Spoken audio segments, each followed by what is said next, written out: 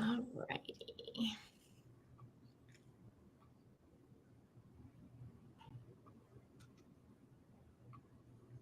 Just want to send it through and make sure we are live here. All right. I think we are live. I'm pretty sure. Just going to double check. All righty, we are live. Hello, everyone, and welcome to day 2 of Boys Town Donor Week. My name is Gabby. I am your host. We are going live every single day to celebrate you, our incredible donors.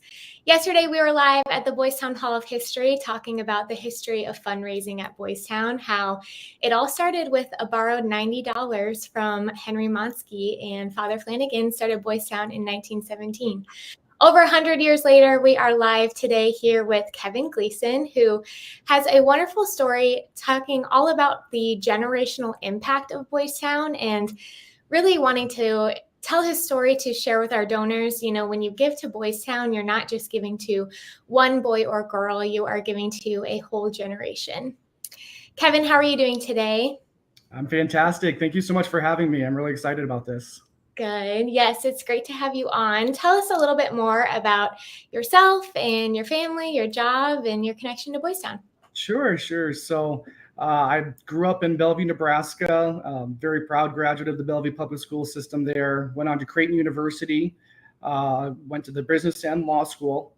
After practicing law for a couple of years, I was able to come back to Creighton, and I work there now as a fundraiser. I've been there for about 14 years. Working on giving back to our students, helping with scholarships, other projects like that.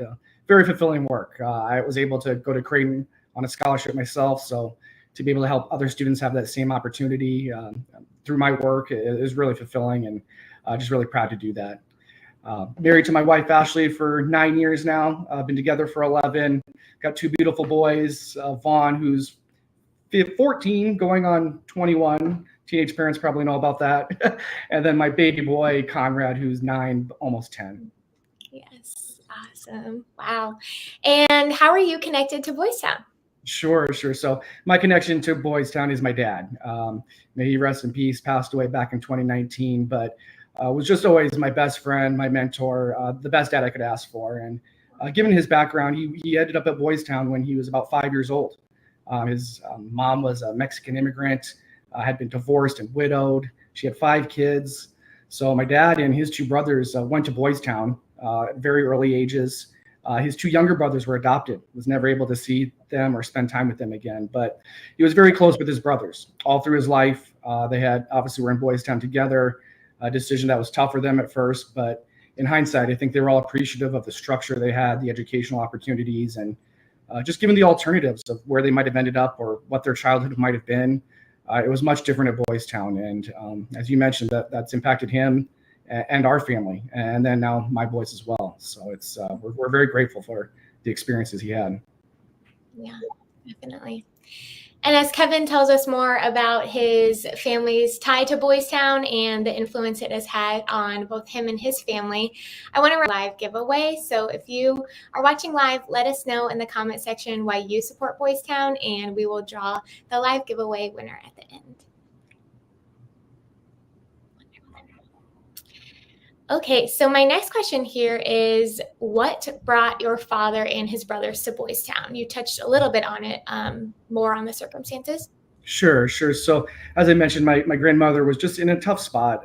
She'd been divorced and widowed and with 5 kids, and her lack of education and skills at that point just really wasn't a lot she could do. But so I think my older uncles had some more bitter feelings about that. They had a different childhood before they went to Boys Town. For my dad, it's all he ever knew. And so looking back, it was a very positive experience for him. He was proud of the people that he met, some of the connections and friendships that he developed. And it just, I think it was harder for him to see while he was there, but certainly raising us and looking at hindsight, a couple decades back, he was just extremely grateful for the opportunities he had and the structure that was given to him.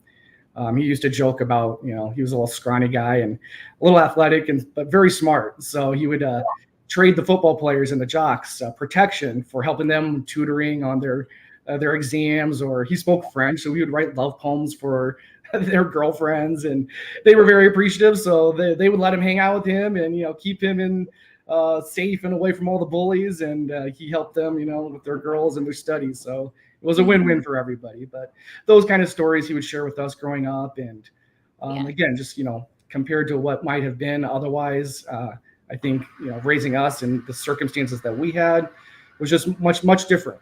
I think we kind of knew that, I think everyone's parents say, oh, back in my day or when I was a kid, but Oh yeah. my dad, it was real. It was a different time, a different way of growing up than what we had. And so I think instilling that in us made us grateful for what he had accomplished and what he had been through. And we attribute a lot of that to Boys Town.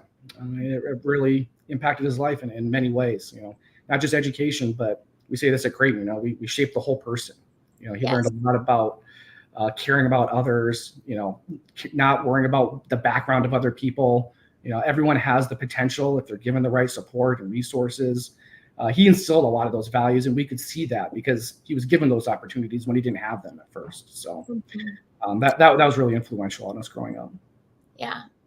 Yeah. And I think it's important to mention too, you said that the whole reason that your father and your uncles went to Boys Town was purely circumstance. And I think that's something to really emphasize during Donor Week is, sometimes people have different misconceptions about Boys Town that, a child has to be in the juvenile justice system to come to Boys Town, or the kids who come to Boys Town are a certain way. And that it could not be really farther from the truth. We get kids of all backgrounds, all circumstances, and it has been that way really since Father Flanagan founded Boys Town in 1917, that, a lot of time these kids just get dealt a bad hand, and their families, like your grandmother would say, I want better for my kids, and I think that there is better out there, and then they find Boys Town, and kind of the rest is history. So definitely want to mention that. Absolutely. Like I said, my dad tested off the charts in high school at Boys Town, got into Colgate and Notre Dame. So he had that potential. He had that intelligence. And if it wasn't fostered or supported throughout his childhood, throughout those years at Boys Town, I can't see how he would have had a chance to get into, preeminent schools like that. And of course, that experience going on from Boys Town to a nice school like that was also very influential on him. But like you said, it just goes to show that, everyone has the potential. And it may not be bad kids that are there because they've gotten in trouble. It's, a result of circumstances. And my dad and brothers were both great examples of that. They had done nothing wrong. That's the way life was dealt to them. And so I'm really proud they had Boys Town to make the most of it. Mm-hmm. Definitely. So where did he go on to after Boys Town? He came back to Omaha, worked at Physicians Mutual. He worked as an auditor in the claims department, worked there for over 30 years, and worked his way up to manager of the entire claims department. Just really proud to talk about that and just where he came from, and to have that kind of career.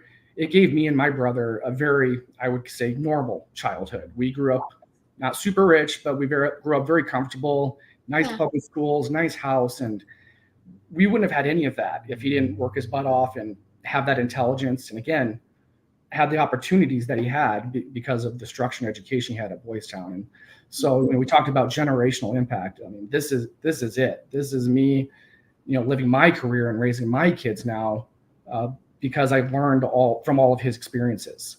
And for him to have the courage and intelligence and the drive to change our family tree, that's really what he did. I mean, like I said, our childhood was much different than his, and I hope I'm providing an even better one for my kids. But it really goes to show the example that Boys Town has set and the impact they can have. Mm-hmm. Yeah. Looking back, now you are a father. How has your father's impact in parenting kind of influenced how you parent? Sure. I think my dad really helped me shape my entire value system. I touched on it before. I have just an empathy for all. I don't like to judge anyone. My dad was the most outgoing, gregarious guy ever. I think he learned a lot of those people skills from having to. I mean, you didn't have a family, so you had to make friends. You had to get to know your other Boys Town classmates and your counselors, your faculty. So he was always very personal. He loved everyone. He wanted to be friends with everyone. He wanted to hear your story. And that's what I try to pass on to my kids, is to not judge anyone, to be open, and just to really appreciate where everyone comes from. My kids run into someone they don't like at school that's misbehaving, and always like, ask why first. What's going at home for them, maybe, or what other issues are they having. And my dad taught me a lot of that. A lot of that, I think, was his perspective that he got from growing up at a place like Boys Town. And so it's just really a whole value system that I've used to shape my career. That's part of the reason I've gone on to Creighton and gone into fundraising, is giving back to kids like my dad. It's like they're in similar situations sometimes. They want to come to Creighton and they can't because it's too expensive. And so if we can fill that gap and give the opportunity that my dad had, it's the most fulfilling thing I can do. And I'm just grateful that he was able to instill that in me. Definitely. Very impactful words here from Kevin. And I just want to remind everyone we are doing a giveaway. So if you're watching live and you support Boys Town, like this video and leave a comment letting us know why you like to support to be entered in the giveaway. We can probably do the giveaway here. I might extend it to be to the end of the day. So if you are watching this video live now or at the end of the day today on July 9th, leave the comment and then we'll draw the giveaway. Give people a little bit more time. Wonderful. Okay, just a couple more questions for you, Kevin, here. So you were able to visit Boys Town with your dad several years ago before he passed. Tell us about that. Sure. So through my work as a fundraiser, I came in contact with a colleague and friend, Herb Haynes, who was a development fundraiser at Boys Town, one of your guys' best assets, recently retired. So congratulations to Herb. But no, he was great, and he knew about my dad's background and invited us both up. And so we came up and we sat in on a kindergarten class. I think maybe they were graduating that day, if I remember right. So we got to witness that and meet the kids, and really impressive. They would all come up to us, eye contact, shake our hands, introduce themselves, and kind of just going back to that, Boys Town really shapes the whole person. It's not just education, it's not just structure, but it's really family values. It's how to handle yourself, how to develop the skills you'll need later in life to be successful at anything. But for my dad to be up there, it had been a long time. He'd stopped by a few times over the years, popped in the cafe for a meal, maybe talked to someone, but hadn't done the full tour. And so to really have him drive by place and just see the random memories pop in his pop in his head and talk about some old friends that he had and old stories. I think it was really good for him. And unfortunately, like I mentioned, he passed away in 2019. This was probably just 4 or 5 years before that. But he even mentioned a couple times after that how fun that was and how many memories came back. So I think it was great that we could do that, and for him to see all the changes. Like he went there in the 50s and 60s, so it's a lot different now, and and provides so many more services and such a greater impact to the kids in our community. So I think he was proud to see that. I think he was happy to see the development and the progress. So that was just really a great trip. And I encourage any of our alumni or anyone with family connections to Boys Town, if you're in Omaha, get down there, or if you're in town, save some time and go see all the great things that you guys are doing out there, because it's really a great operation on the health sciences side, all the way to the education and taking care of all those kids.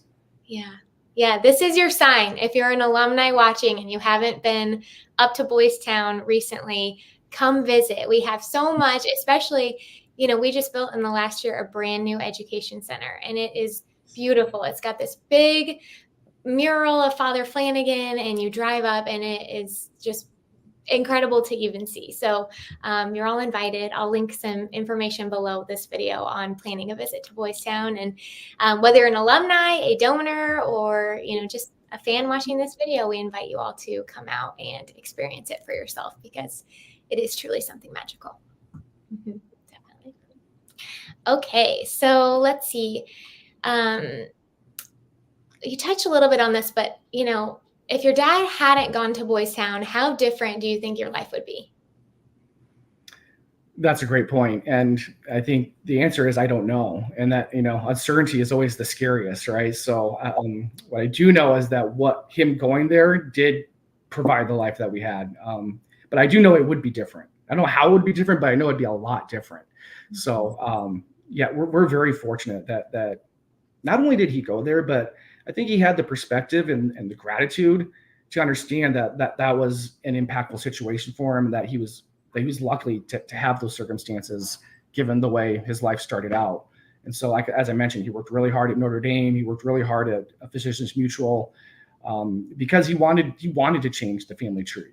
Something about growing up in Boys Town motivated him to be like, I want to do better for my kids and give them the chance to have a family life, to have that structure, to provide it myself. His fathers didn't do that. They were both not worth a dang in that department. So he really did a lot better. And I mean, as I mentioned at the very beginning, he was my best friend, my mentor, my role model. I mean, everything. I wrote papers about him in elementary school and high school and college, and now I'm doing interviews about him because of the way he impacted my life and the things he taught me.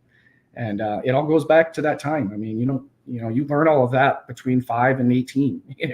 You kind of develop the type of person you're going to be in your value system in those formative years. And he had that. So if he didn't, I don't think he'd been as good at a dad. I don't think we would have been as close as we were. And I'd be, hard to know what you don't have, but I'm extremely grateful for what I do and the time I had with him. So I appreciate Boys Town. I appreciate my dad. And I'm glad I've been able to have the life I've had and talk to others about it, because support for Boys Town and going on to keep that from our alumni, from our donors, from our supporters is really important, because I want everyone to have that chance. I want everyone's family tree to change.